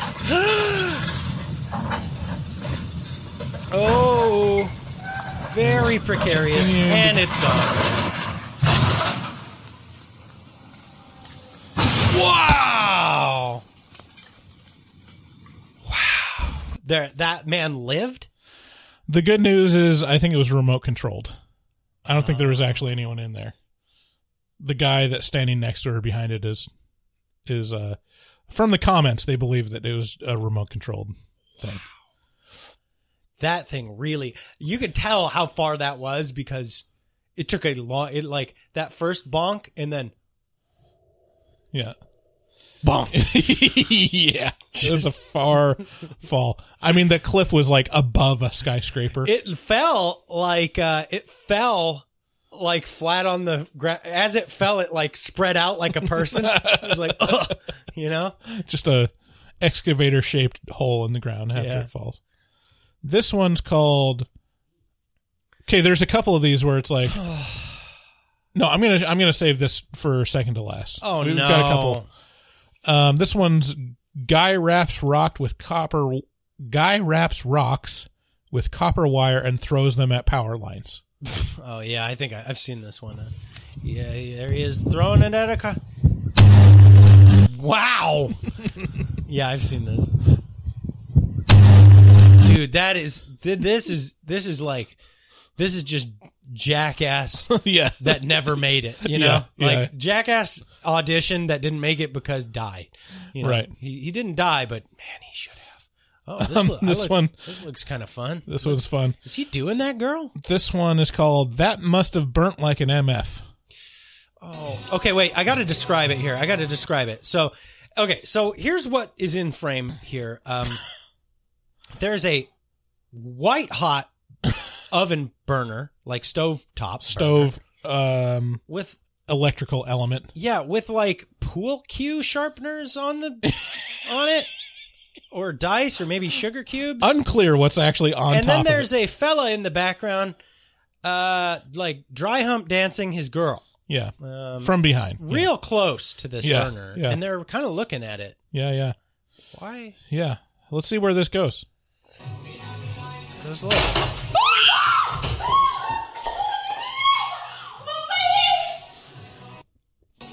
They knocked a pot of soup onto them, and it definitely gave her massive burns on her butt and back. Right. Why? That's not where I thought it was going to go, to be No, honest. a lot of deception. Yeah. Are you? Oh man, are we almost done with this?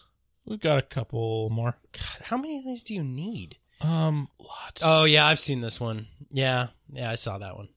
You saw that one? Yeah, saw it. Did you see this one? Yeah, I saw that one. That was a good one. No, go ahead. She broke an ankle? Yeah, I saw this one. This one is rough. Oof. Ugh. Oh, this is a good one. Okay, so there's a dog in frame. This one He's is called going in a door. Guy Sitting on the Couch Gets a Canine to the Face. Okay. This is Are a... they unleashing a police dog? He's right there. He's right there. It's a German Shepherd.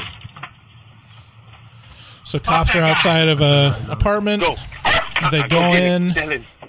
There's a canine unit. There's a police cam, like body cam. It's telling the canine to go right. On the fire here.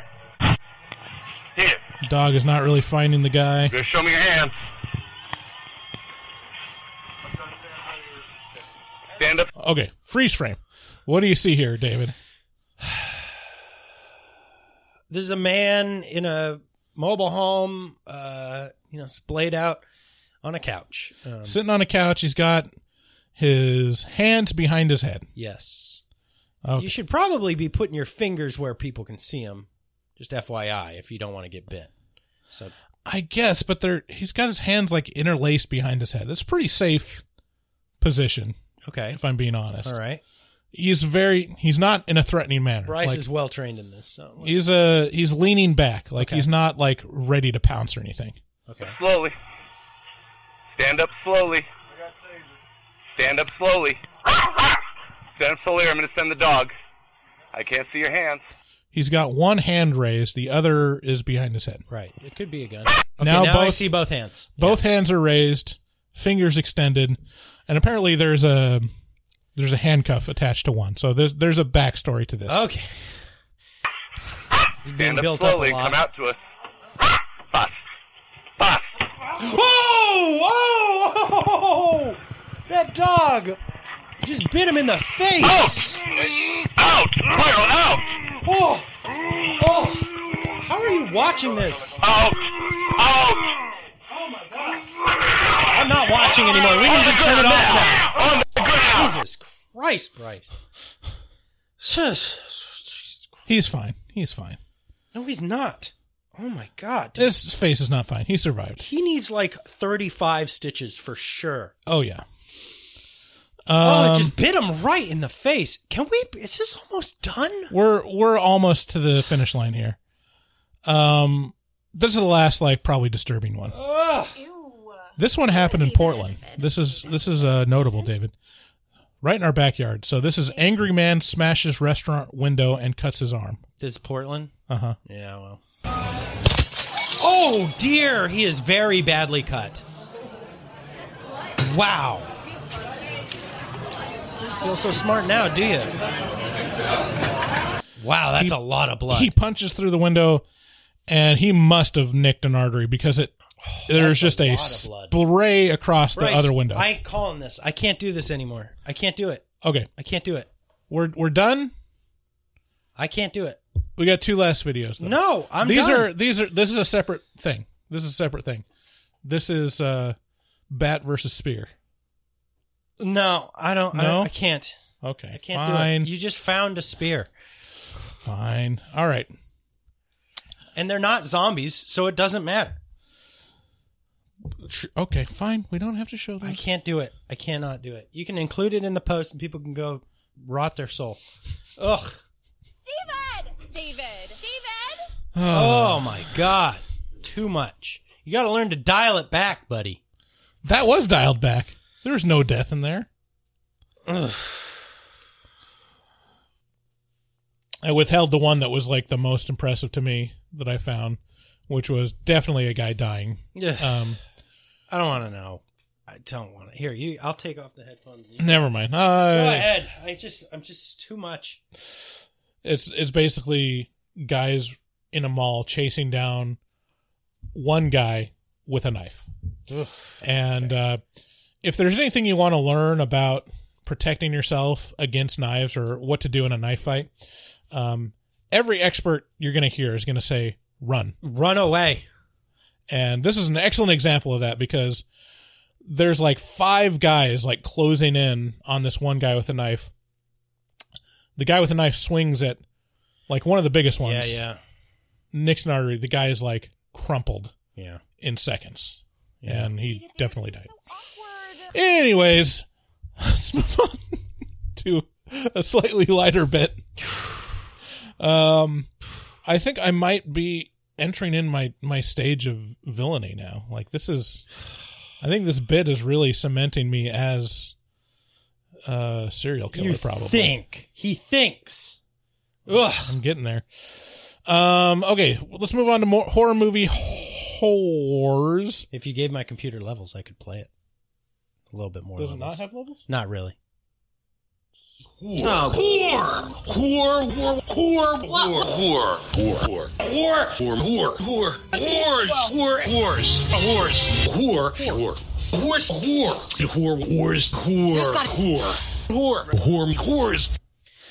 All right, so this is a bit where we just play your voicemails, answer your questions, and listen to your comments. This one's from CJ. Hey, boys, it's CJ, Beast from the Northeast. Hey, just out of my own curiosity here, because I'm into zombie movies and doomsday-type movies. In one of those instances, whether it be zombies, a nuclear apocalypse, or any other kind of catastrophe, whose family is packed out the door and ready to go first? Bryce, your family, or David, your family? 'Cause I feel like that's a pretty important thing for survival during a doomsday scenario, is getting packed and getting on the road before anyone else. And I just thought about that over here in my own neighborhood, and I feel like half of these motherfuckers that I live next to would stay home next to the TVs and be eaten by zombies, or be vaporized by an atom bomb, just because they're content and lazy. And I'm always ready for whatever fucked up scenario the world is gonna throw at us next. So, just thought I'd throw that out there because I am curious. All right, guys. David, do you want to field this one? No, I think you should. Yeah, the answer is David. Definitely. Good question, CJ. This is actually a really good. You've pretty much struck the nail on the head with what makes me different from David. Yeah, this is literally it. It's literally it. Yeah, David is the most prepared for a zombie apocalypse or just the breakdown in society. Much more likely that than anyone. I mean, you can get like to higher level, but you'd be like featured on a TLC show. Yeah. Well, no. I mean, look, as preppers go, I'm not. Do you have a what's it called? I'm not going to go into what I have because I don't want people to know. You've basically got a setup where you can just hop in your truck and run away. And you can live. I have a nope scenario, all prepped. Right. Yeah, right. I can do whatever I want. And in a half hour, we'll be on the road. What's it not called? just on the road and set. Right. What's the bag called? It's not like a scramble bag. Yeah, it's one of them. Bug out bag. Do you have a bug out bag at the ready? I'm not going to go into it. The answer is yes. Look, I mean, it's just like you just be prepared for stuff. You know?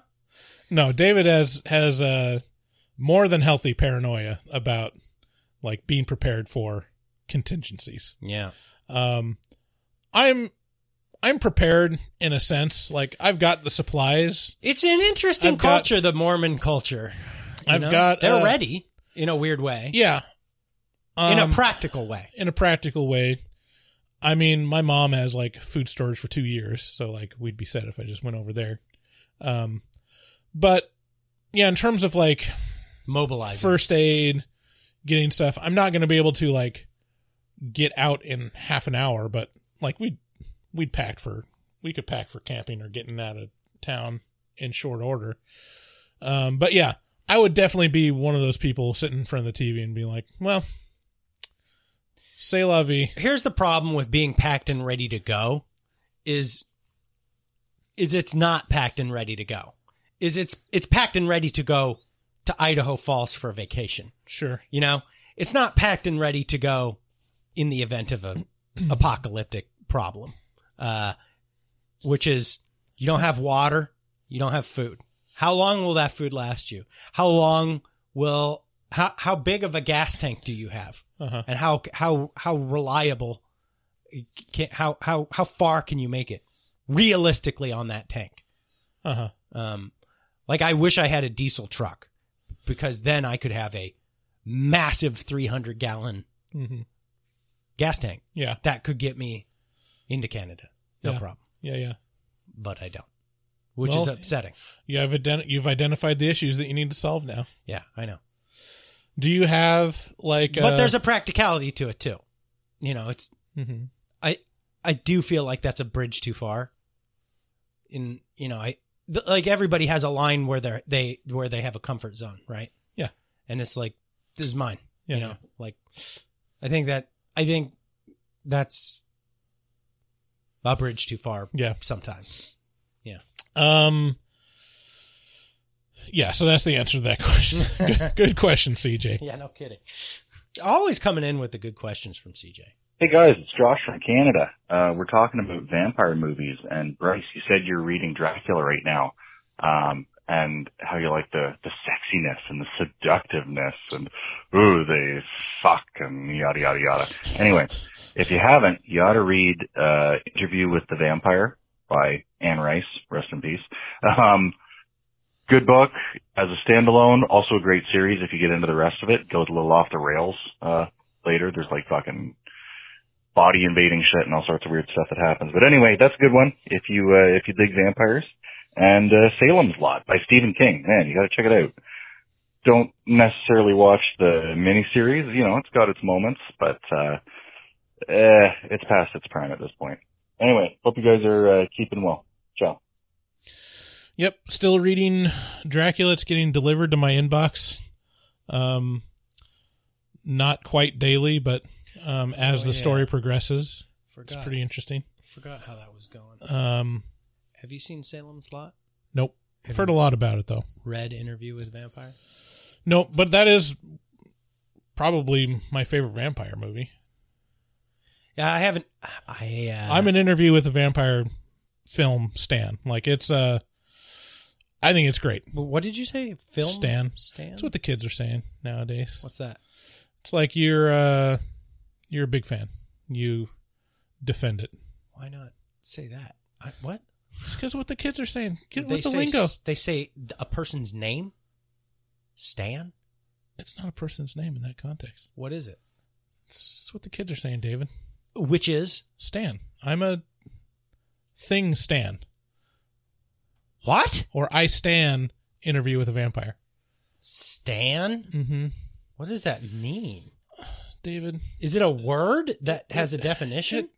It'd take too long to explain it to you. You just don't. You're not hip. It sounds like you aren't either, because you can't even put it. You can't. Here we go. Merriam-Webster. The meaning of stan is an extremely or excessively enthusiastic and devoted fan. Mm-hmm. You didn't know until 2 seconds I just ago. described that. No, you didn't. That's what I said. But for some reason, Merriam-Webster has it all capitalized, S-T-A-N. Mm-hmm. I wonder how recent this entry is. Anyways, next caller. Yeah. Well, back by popular demand, it's Mike in California. Okay. Apparently I was missed. The Buffy episode was good, fellas. Yeah, I didn't lose digits from 4th of July. To me, fireworks, that's a virgin hobby. 4th of July, I was busy having drinks, barbecuing, and banging my wife in our hot tub. But hey, if you get a little boner off little sparks in the air, that's on you. I never understood the firework thing. But yeah, sorry, David, I'm fine with all my digits, including my crank. And CJ, I believe the caller was. Goddamn right, Mike's the best caller. Tells it like it is. So, if you wore a mask, you're a fool. If you injected poison in your body, you're even more of a fool.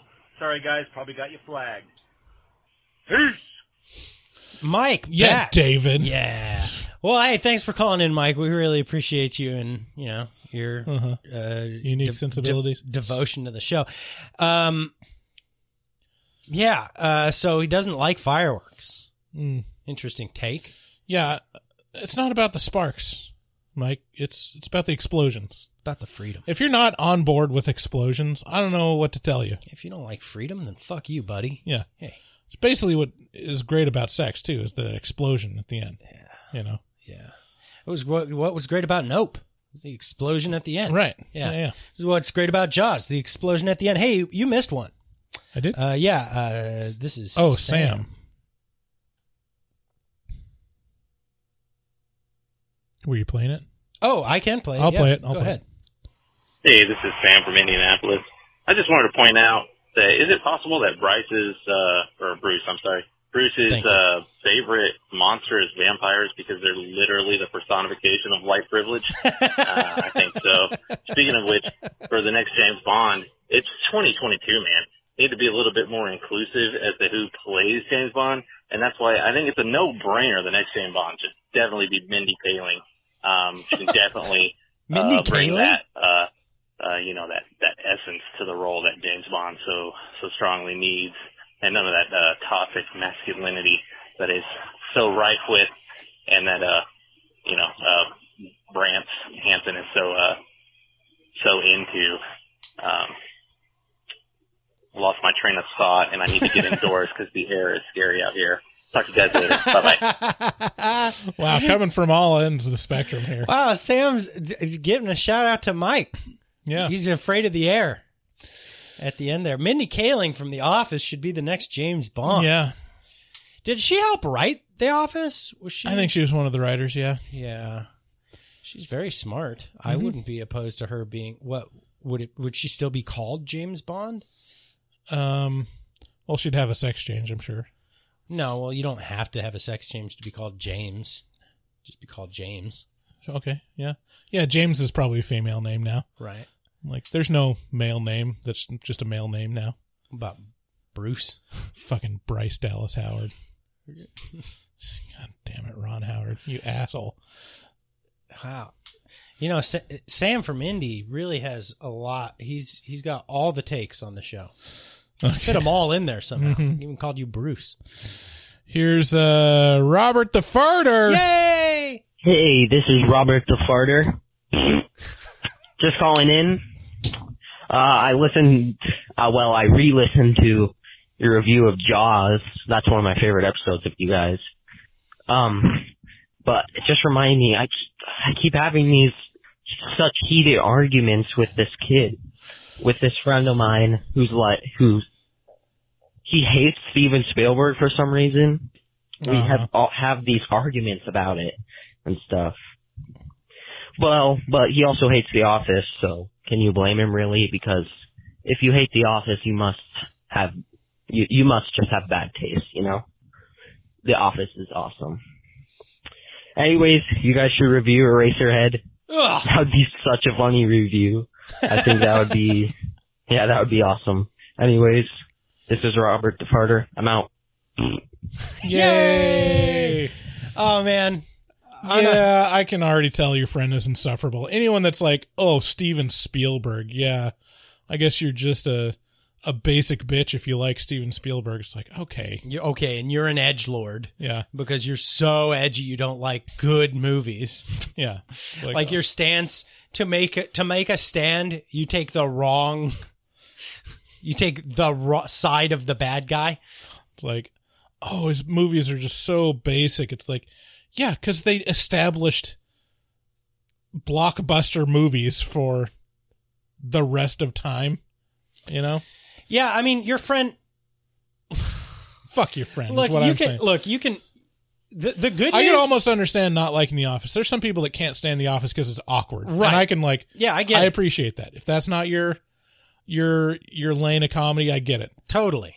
Steven Spielberg is the most successful general audience's movie maker that's probably ever lived. Well, nah, George Lucas is. Technically, if you want to get into technicalities. Most successful? Yeah. I don't know about that, Dave. Well, you don't have to know about it. You can just look at the numbers and go, oh, George Lucas is worth 2 or 3 times as much as Steven Spielberg. And that's all you half need to know. of that is like ILM and like all the stuff they did in excess of the movies. In terms of performance of movies, I very much doubt that the movies that George Lucas directed outperformed Steven Spielberg's lifetime catalog. I mean, yeah, you may have a point there. I'm not exactly sure, but I will say you're very confident about it, but you're wrong. No, well, look, I mean, it's starting Star Wars, even if it is just the first film, is pretty fucking astonishing. Sure. Okay. Okay, fine. Like, if we're talking about, we're having an argument about this, we're talking about directors and filmmakers. Like that's a different thing. Look, I think Robert is really lucky to have this friend because it's really easy to win an argument against someone who chooses an objectively wrong opinion. Right. Like, you just go, well, I mean, but he made all the best movies. Yeah. all of them. Like, I always go back. There's this, Schindler's List, Jaws, fucking Green Mile, like Jurassic Park, Back to the Future, Indiana Jones. Did he do the Green Mile? I don't think he directed Green Mile, did he? Yeah, I believe so. What was I going to say?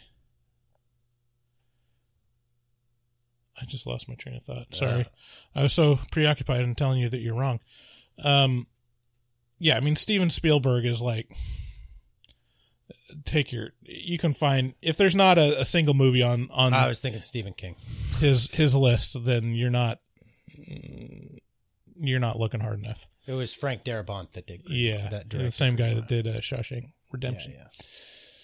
Yeah. Anyways, yeah, your friend's wrong. Whatever. Yeah, and I hope that. That's what I was going to say. That I mentioned it before. There's a A24 podcast episode with Ari Aster and Robert Eggers where they talk about, like, yeah, I always like made it a point to not like Steven Spielberg because, you know, whatever. And then they like talk about like, but eventually you get to a point where you're like, oh, he knew exactly what he was doing, and he's a very, very good director. Yeah. Like Close Encounters. Yeah. Fucking E.T. Get the fuck out of here. Jurassic Park. Yeah, I mean, come on. All right. Minority Report. Here's our last caller, Jessica from Nashville. Hey guys, it's Jessica from Nashville, and I'm going through some old ones from the vault, and I just listened to 7. A little side note, I've pretty much listened to everything that you guys have, so I even re-listened to Ernest Scared Stupid. I mean, that's pretty desperate, but love you guys enough to listen to that one more time. But I was listening to the review of 7, and love the back and forth about whether or not it's a horror or a thriller or whatever. I don't even know where I stand on that, but I love to hear the discussion.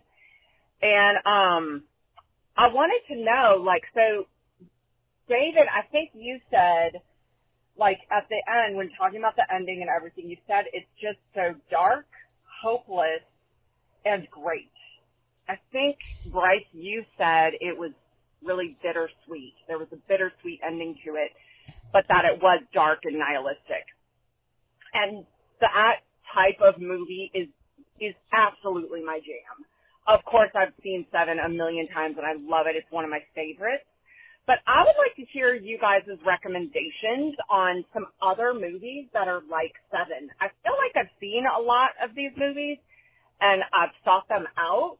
And so, I mean, I don't even care if it's like I've seen it a million times or whatever. I would love to hear your thoughts on that, because hearing any other recommendations might remind me of a movie I hadn't seen in a long time or whatever. But yeah, would love your thoughts on that and any movie recommendations that I should dig into that are similar to 7. So thanks, guys. Have a good one. Bye. Well, first of all, thank you so much for listening to all of our stuff so much, Jessica. That means a huge amount. And if you're looking for like dark and nihilistic, like my go-to guy is Darren Aronofsky. Uh-huh. I mean, Requiem for a Dream is Mother, and The Wrestler, like, oh man, Black Swan, crushing. Pie, like all of those are just fabulous. I mean, The Invitation does like these dark, like hopeless. The Void was real dark and hopeless, and yeah, I mean, kind of goes on and on. I mean, I'm trying to find the one that I'm thinking of right now on IMDb. Funny Games. It's definitely super nihilistic. The Strangers is another one. Both of those are home invasion movies. Because you were there. I would also say, Darren Aronofsky, Requiem for a Dream. Yeah. Anything is by rough. Aronofsky. Yeah, Mother is really tough too. What else? Oh, dude, there's this Meg Ryan movie. This is so weird. But every time I think about it, it just makes me upset. It's called In the Cut, I think. That's another one that upsets me to no end. And I won't go back and watch it. When was that made? Probably around 2006. Let's see here. No way. 2003? There is no way.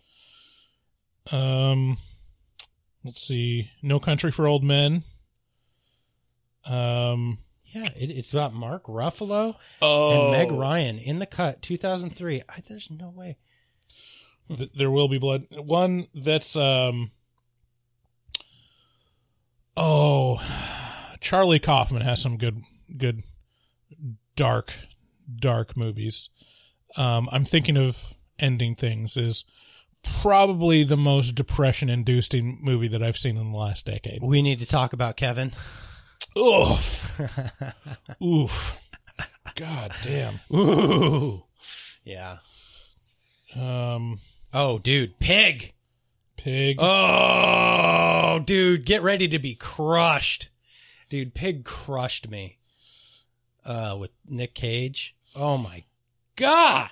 I think Straight Nihilism, Funny Games, is pretty on the nose for that. Yeah, I guess Pig isn't really nihilistic. It's much more hopeful, but it's so sad. Yeah. God, it's so sad.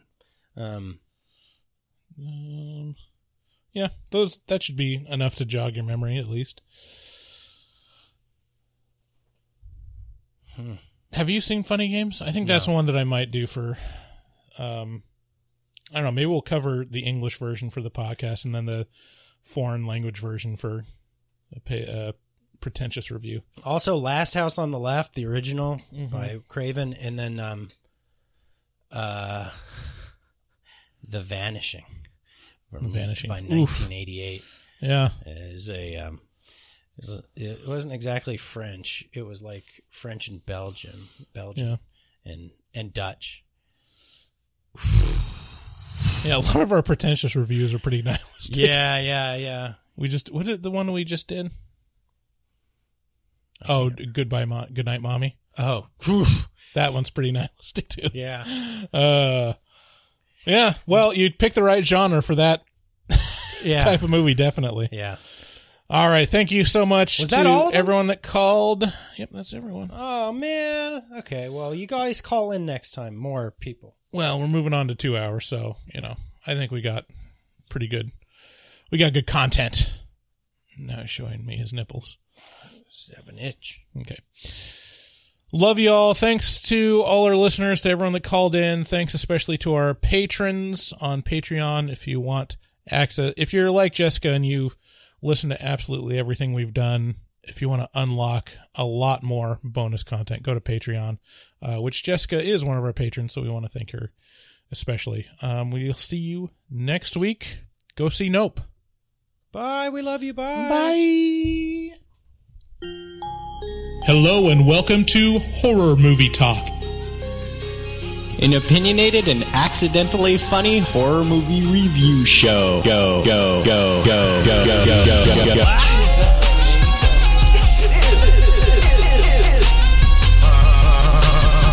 just had to stroll through the scraggly woods. He had no face! Horror!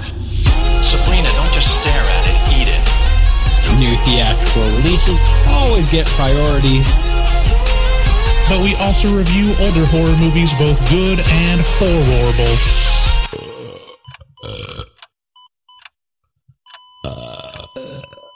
Wow, that didn't sound good. Oh, I'm a cat. I'm a sexy cat. Oh.